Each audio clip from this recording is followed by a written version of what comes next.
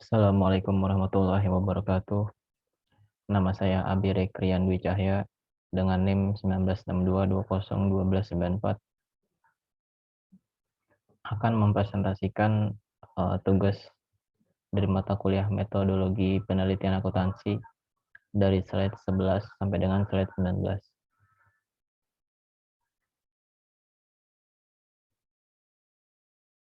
Skala pengukuran. Skala pengukuran ini terdapat nominal, ordinal, interval, dan rasio. Menurut Ridwan tahun 2009, nomor 7 sampai 8. Data nominal atau nomi. Nominal itu artinya nama yang menunjukkan tanda atau label yang hanya untuk membedakan antara satu dengan yang lain. Contohnya di sini ada jenis kelamin, agama, jenis pekerjaan, dan sebagainya. Ini data nominal dipakai untuk menghitung banyaknya pria, yaitu untuk jenis kelamin, banyaknya yang hadir dalam suatu acara atau dalam suatu kegiatan, maka angka dinyatakan sebagai frekuensi yang memiliki ciri-ciri hasil hitungan tidak ada pecahan, atau tidak memiliki nol mutlak, atau tidak ada ukuran baku, tak ada urutan atau ranking. Jadi angka tertera hanya tanda atau label. Tes statistiknya non-parametrik seperti uji binomium, uji C kuadrat, 1 sampel, 2 sampel, dan sebagainya. Data ordinal atau order penyarutan.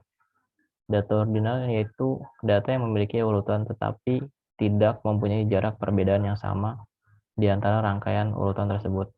Artinya data ordinal ini dapat menyatakan bahwa data tersebut lebih sama atau kurang dari data yang lain. Contohnya itu ranking prestasi belajar. Nilai ranking 1 sama dengan 1000, 2 sama dengan 980, dan 3 sama dengan 970. Jarak antara ranking 1, 2, dan 3 itu berbeda. Analisis statistik non-parametrik seperti uji Kolmogorov, Smirnov, satu sampel, uji Wilcoxon, dan lain-lain. Selanjutnya ada data interval. Data interval itu data yang mempunyai perbedaan yang sama di antara rangkaian urutan tersebut, tetapi tidak memiliki titik nol, absolut, atau mutlak. Contohnya di sini ada data tes hasil belajar yang diberikan angka, contohnya ada 4, 5, 6, 7, 8, 9, dan seterusnya. Jaraknya sama. Analisis statistik parametrik itu diantaranya uji T 2 sampel, uji ANOVA 1 jalur, uji ANOVA 2 jalur, dan uji regresi. Yang keempat ada data rasio. Data rasio merupakan data yang banyak dipakai di ilmu eksakta daripada sosial. Bisa menunjukkan adanya perbedaan tingkat jarak dan bisa diperbandingkan dan mempunyai titik nol absolut atau mutlak. Contohnya suhu 20 derajat Celcius, setengah dari suhu 40 derajat Celcius. Itu statistik parametrik. Selanjutnya ada sumber data. Sumber data sendiri yaitu pengumpulan data bias yang dapat dilakukan sebagai berikut. Yaitu sumber data bisa diperoleh dari wawancara atau angket, bisa juga diperoleh dari populasi, bisa juga diperoleh dari sampel, atau bisa juga diperoleh dari observasi.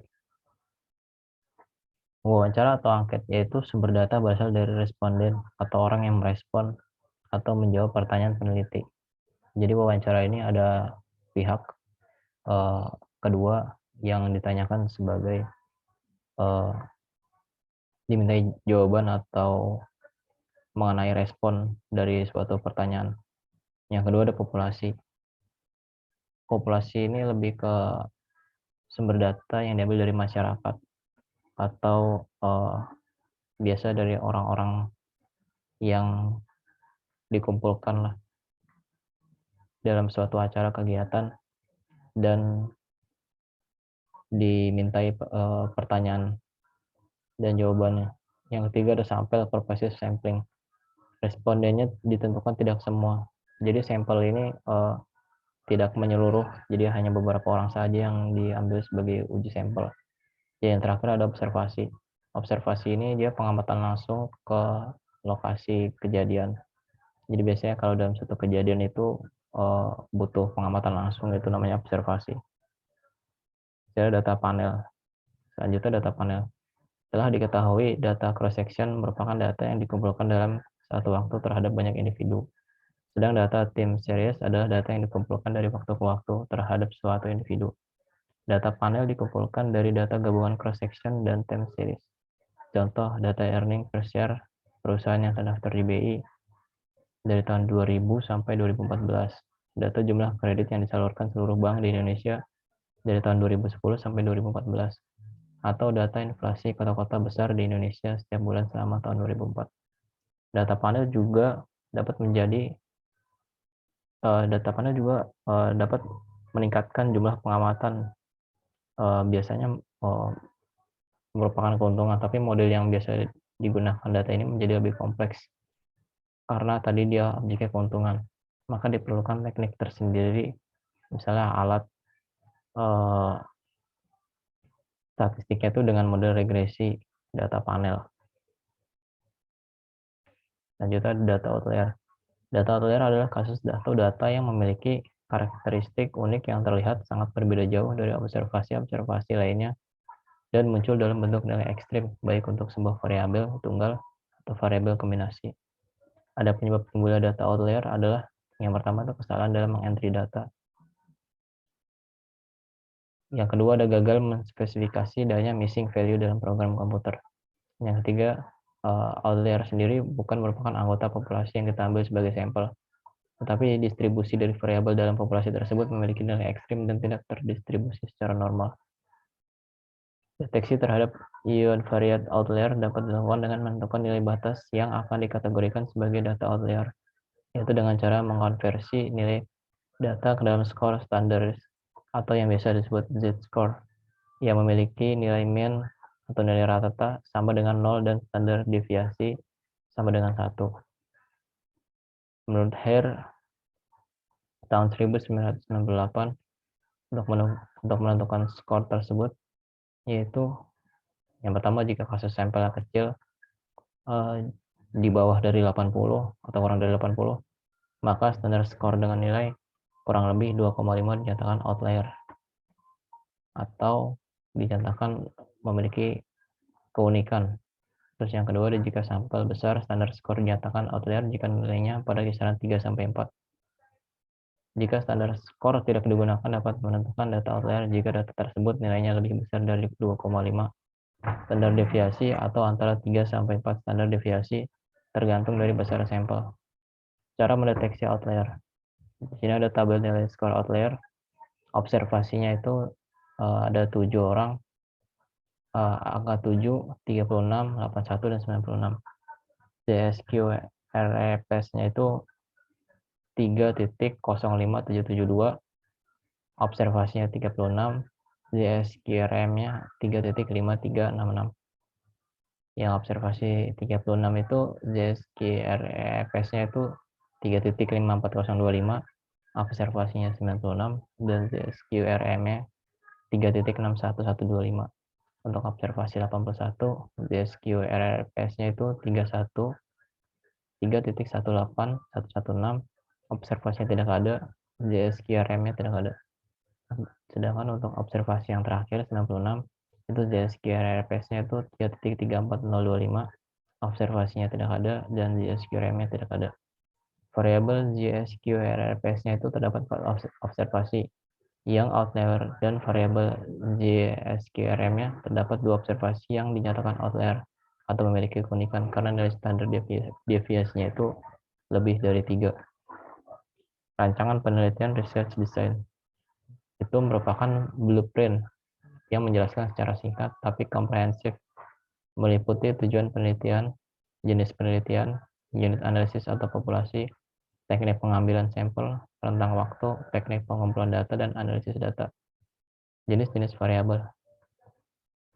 Di sini ada variabel dependent, variabel independent, variabel moderasi, variabel intervening, dan variabel control. Variabel dependent yaitu variabel yang dijelaskan atau dipengaruhi oleh variabel independent. Jadi variabel dependent itu sangat berpengaruh dengan variabel independent. Yang kedua adalah variabel independent, yaitu variabel yang menjelaskan atau mempengaruhi variabel dependent. Jadi variabel dependent dan independent ini saling terkait satu sama lain. Yang ketiga ada variabel moderasi, adalah variabel independen yang akan memperkuat atau memperlemah hubungan antara variabel independen terhadap variabel dependen. Jadi variabel moderasi ini dia juga berpengaruh terhadap variabel independen dan variabel dependen.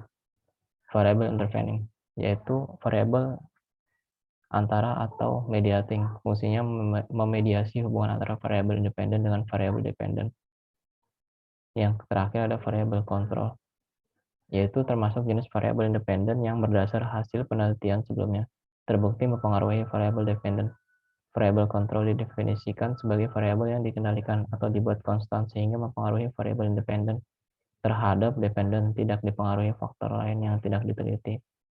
Fungsi variabel kontrol untuk mengendalikan variabel yang dihilangkan, omits variabel. Dalam statistika, penghilangan suatu variabel bisa mengakibatkan estimasi dari parameter yang ada dalam model menjadi bias.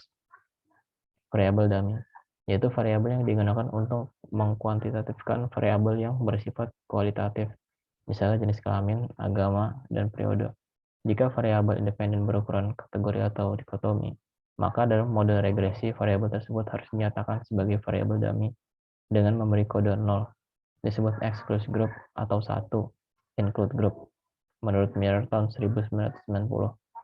Variabel dummy dapat diinterpretasikan apabila variabel dummy secara statistik koefisien dummy signifikan.